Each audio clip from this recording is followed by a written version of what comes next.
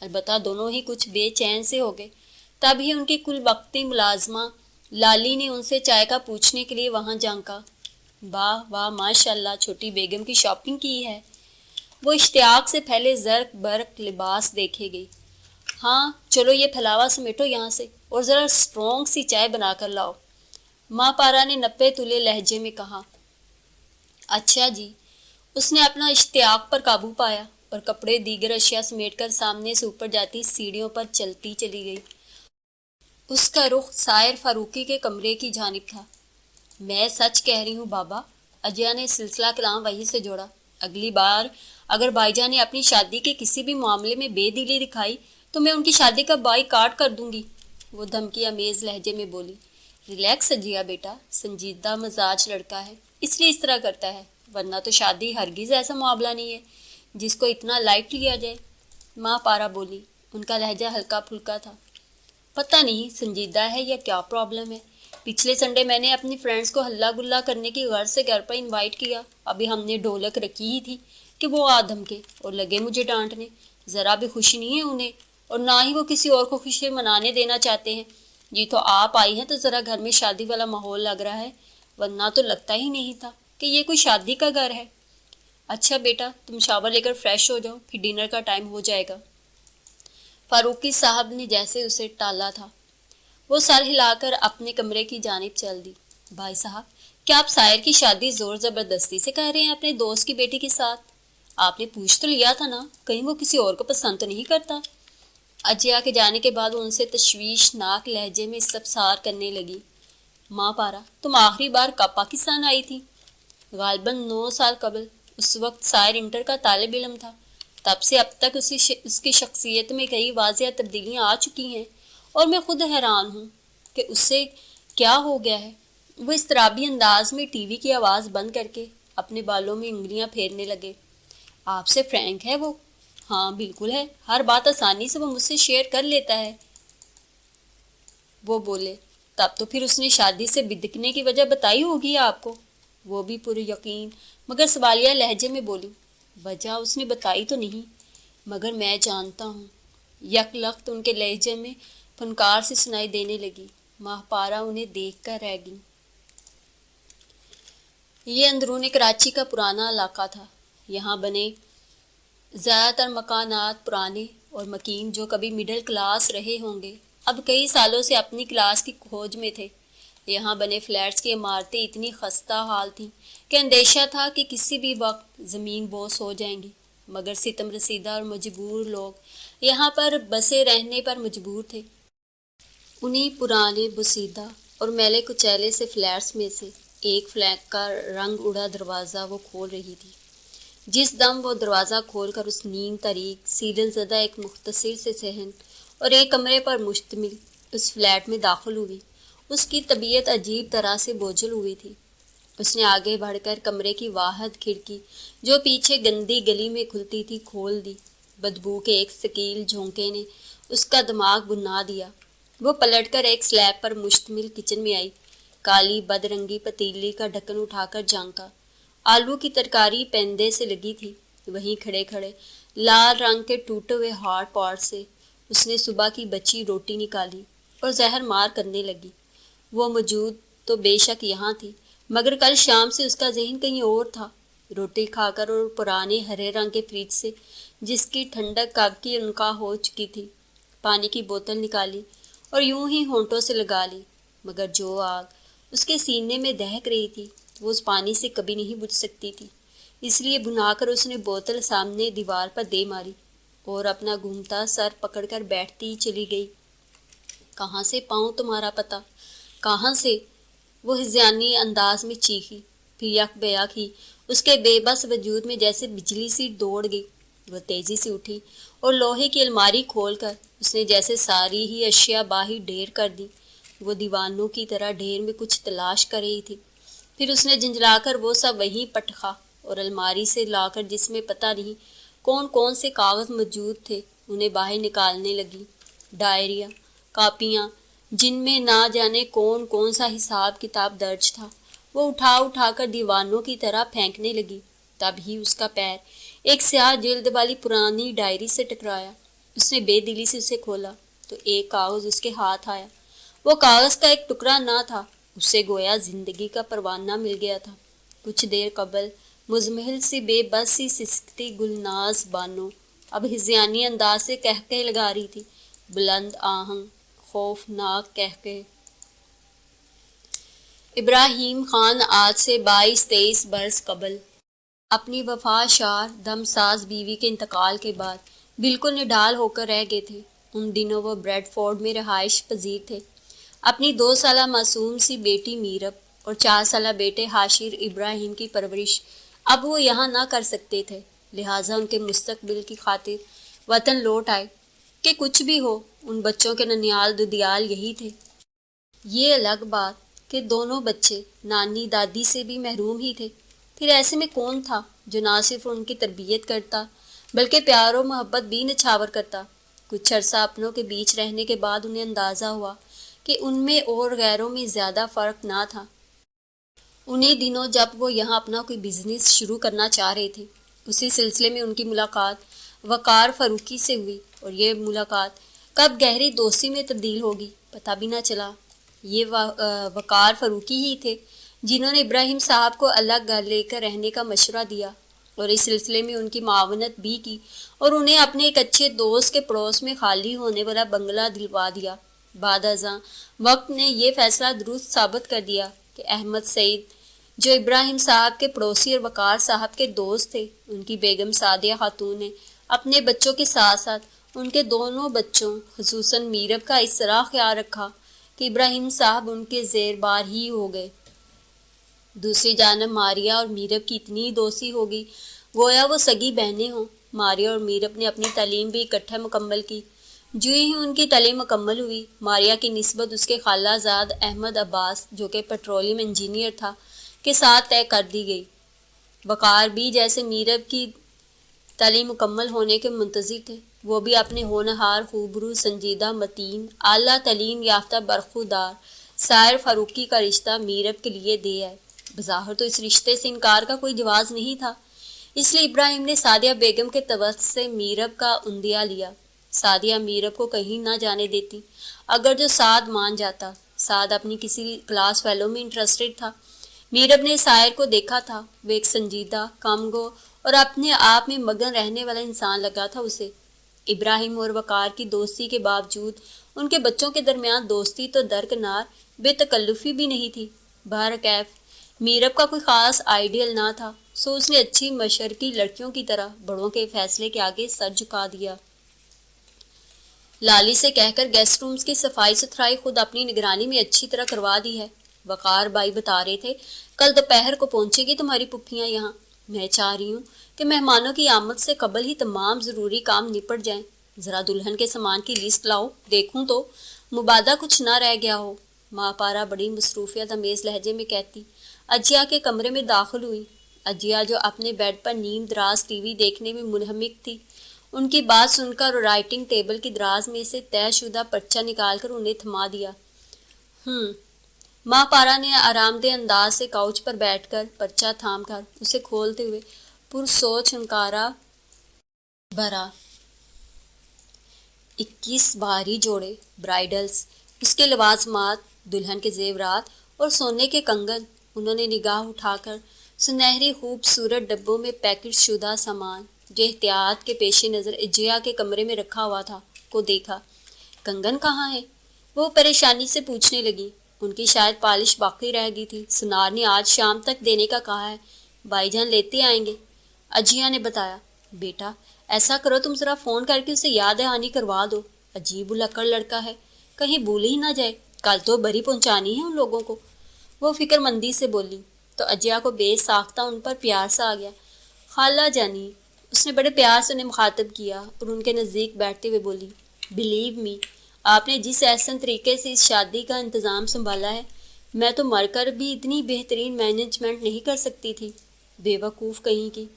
انہوں نے اس کے انداز پر نہال ہو کر اسے پیار سے چپل لگاتے ہوئے کہا، میں تو بس اپنی سی کوشش کر رہی ہوں کہ تم لوگوں کو کہیں کی کمی محسوس نہ ہو۔ مگر خالہ، یک لخت اجیا کا مسکراتا چہرہ ماند پڑ گیا۔ سب کچھ ہوتے ہوئے بھی زندگی میں کہیں کوئی کمی سی لگتی ہے، اس کے دل سے ہوک نکلی۔ ماں پارا بھی افسردگی سے بولی، سچ تو یہ ہے کہ ماں کی کمی کوئی پوری نہیں کر سکتا۔ انہوں نے بے دلی سے سامان پرے کیا۔ کبھی کبھی میں سوچتی ہوں تو مجھے ان لوگوں کی خوش قسمتی پر رشک آنے لگتا ہے جن لوگوں نے امی کو دیکھ رکھا تھا۔ مجھے تو ان کے دھندلے سے نقوش بھی یاد نہیں، سالوں پہلے ان کی تصویر دیکھی تھی، اب تو وہ بھی پتہ نہیں کہاں گئی۔ وہ نم آواز میں بولی، ہاں میری جان۔ ماں پارا گہری یاسیت سے بولی، تم 2 ماہ کی تھیں جب وہ تم لوگوں کو چھوڑ کر ہمیشہ کے لیے چلی گئی، اور جن کو جانا ہو انہیں کون روک سکا ہے۔ وہ کیسی دکھتی تھی؟ بالکل میری طرح، اس نے پرشوق لہجے میں چمکتی آنکھوں سے پوچھا۔ ماں پارا کھوئے ہوئے سے لہجے میں بولی، تم اس سے مشابہ ضرور ہو، مگر وہ تم سے کئی گنا زیادہ حسین تھی، بالکل کانچ سے بنی مورت۔ مائی گاڈ! اجیا رشک سے بولی، پھر تو کیا لگتی ہوں گی وہ، مس ورلڈ یا مس یونیورس؟ ماں پارا ہنس پڑی، یہ مس ورلڈ اور یونیورس تو بس ایویں سی ہوتی ہیں۔ وہ خالص نکھری روشن نگاہوں کو خیرہ کر دینے والے ماورائے حسن کی مالک تھی۔ تبھی نانی نے اتنی چھوٹی عمر میں ان کی شادی کر دی ہوگی۔ پھپھو بتا رہی تھی کہ امی بابا سے کافی چھوٹی تھی۔ ہاں، ماں پارا غیر مرئی نقطے پر نگاہ جمائے بولی، اس کے تو اتنے رشتے آتے تھے کہ بی جان تو سمجھو بلائی بلائی سی رہتی کہ کسے ہاں کریں اور کسے نہ۔ واؤ! اس نے آنکھیں حیرانی خوشی کی ملی جلی کیفیت میں پھیلائیں، پھر یکدم گہرے ملال میں ڈوب گئی۔ کاش میں انہیں دیکھ پاتی، میں نے قدم قدم پر ان کی ضرورت محسوس کی ہے، میں انہیں بہت مس کرتی ہوں خالہ، میں ان کے متعلق ڈھیر ساری باتیں کرنا چاہتی ہوں، مگر پتہ نہیں مجھے کیوں لگتا ہے کہ بابا امی کا ذکر آنے پر کچھ چپ سے ہو جاتے ہیں، اور سائر بھائی تو ہیں ہی اتنے ریزرو، ان سے بے تکلفی سے بات کی ہی نہیں جا سکتی، ورنہ میں ان سے ان کے بچپن کی امی کے ساتھ گزارے لمحات کی بابت ضرور پوچھتی۔ مگر خالہ جانی، مجھے حیرت اس بات پر ہوتی ہے کہ میں نے کبھی انہیں امی کو یاد کرتے نہیں دیکھا، بلکہ نہ انہیں نہ بابا کو۔ ہوتے ہیں کچھ لوگ ایسے بھی، بظاہر خاموش مگر دل کے تہہ خانے میں محبت کا جہاں بسائے ہوئے۔ شاید وقار بھائی اور سائر کا شمار انہی لوگوں میں ہوتا ہے، ماں پارا نے کہا۔ شاید آپ ٹھیک کہہ رہی ہیں، اجیا نے کہا۔ یاد ان کو کیا جاتا ہے بیٹا جن کو انسان بھولا ہو، مگر یہ تم نہیں سمجھو گی بیٹے، ماں پارا سوچ رہی تھی۔ میرا کی رسمیں مایوں ادا کر دی گئی تھی، بات بات پر اس کا دل بھر آ رہا تھا، کبھی اپنی والدہ کی یاد اس کی آنکھیں نم کر دیتی، کبھی اپنے پیاروں سے جدائی کا دکھ۔ اچھا اب بس بھی کر دو میرو، اور کتنا روگی؟ ماریا کی اپنی حالت اس سے مختلف نہیں تھی، مگر وہ خود پر قابو پا کر اس کی آنکھوں سے بہتے آنسو پوچھنے لگی، ماریا تم نے زندگی کے ہر موڑ پر میری رہنمائی اور حوصلہ افزائی کی ہے، کبھی کسی موقع پر تنہا نہیں چھوڑا، بہت پیاری اور اچھی دوست ہو تم، مجھے فخر ہے تم پر۔ وہ بھیگے ہوئے تشکر آمیز لہجے میں بولی، چلو شکر ہے تم نے میری قدر تو جانی، ورنہ یہاں تو جسے دیکھو میری برائی پر کمر بستہ ہے۔ وہ کورنش بجا لانے کے بعد بھنائے ہوئے لہجے میں بولی۔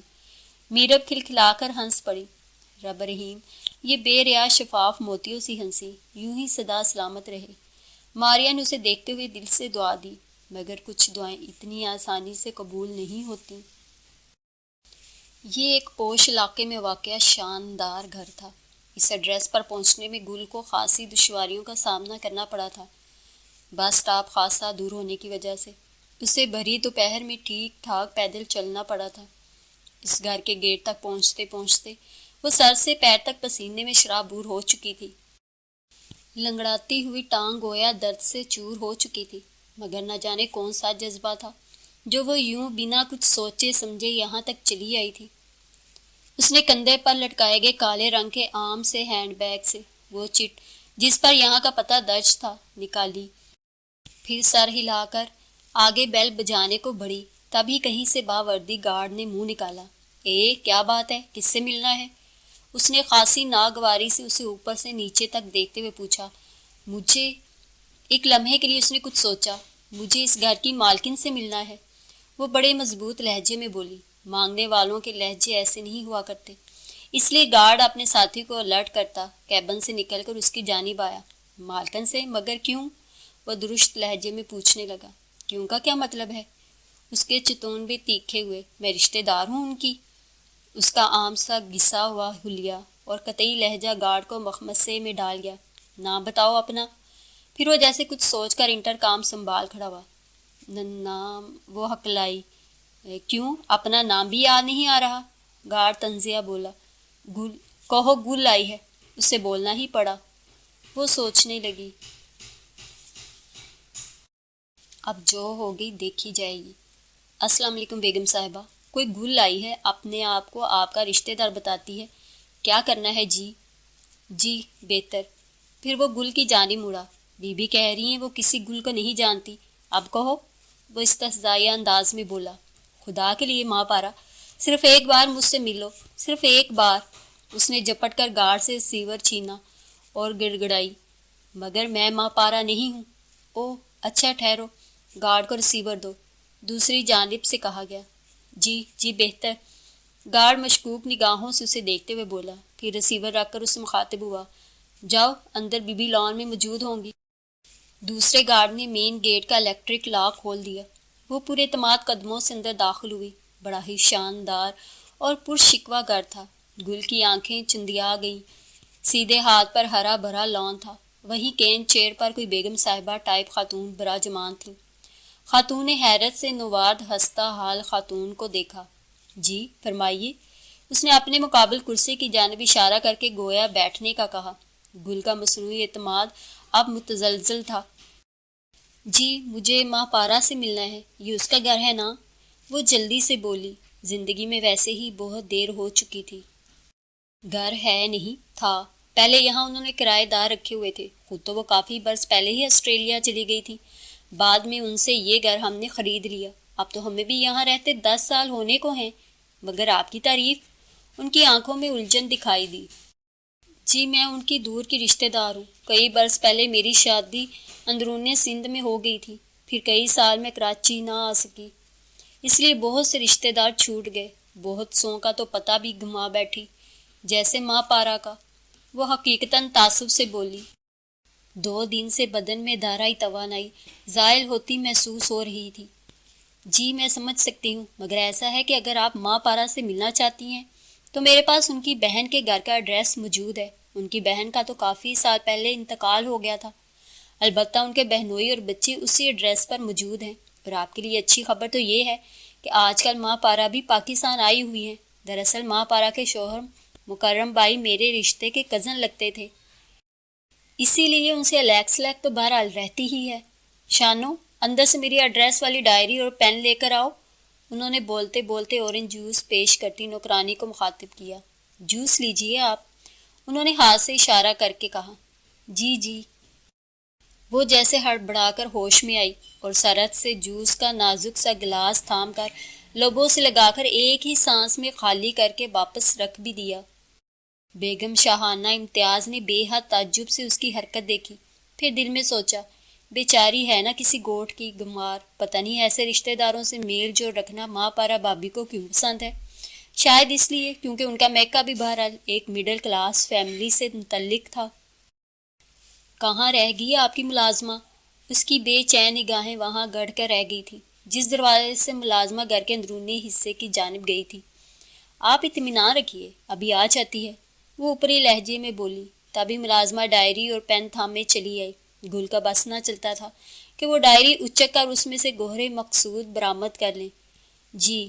بیگم شاہانہ نے ڈائری کا مطلوبہ صفحہ کھول کر اس میں سے ایڈریس اور فون نمبر ایک چٹ پر منتقل کیا اور گل کی جانب بڑھاتے ہوئے کہا. وقار فاروقی نام ہے ان کے بہنوئی کا. مکمل ایڈریس اور گھر کا فون نمبر میں نے آپ کی سہولت کے لیے لکھ دیا ہے. جی بہت شکریہ. اس نے جھپٹ کر کاغذ کا ٹکڑا تھاما اور مزید کچھ کہے بنا پلٹ کر داخلی گیٹ کی جانب چل دی. گل جب ایک موہوم سی امید کے سہارے یہاں تک آئی تب اس کے وہم و گمان میں بھی نہ تھا کہ منظر مقصود تک یوں ڈائریکٹ رسائی ہو جائے گی. یقیناً اس کے ستارے آج کل بلندی پر تھے. وہ گیٹ سے باہر آئی اور اپنی لنگڑاتی ہوئی ٹانگ کے ساتھ بڑی شاداں فرحاں سی مین روڈ کی جانب بڑھنے لگی. گارڈ اپنے کیب کی کھڑکی سے اس کی پشت تکے گیا. اس کی نگاہوں میں اس مشتبہ عورت کے لیے ناگواری سی تھی. پتہ نہیں یہاں کیا لینے آئی تھی. وہ بڑبڑایا. وہ جو کچھ یہاں سے لینے آئی تھی لے کر جا چکی تھی۔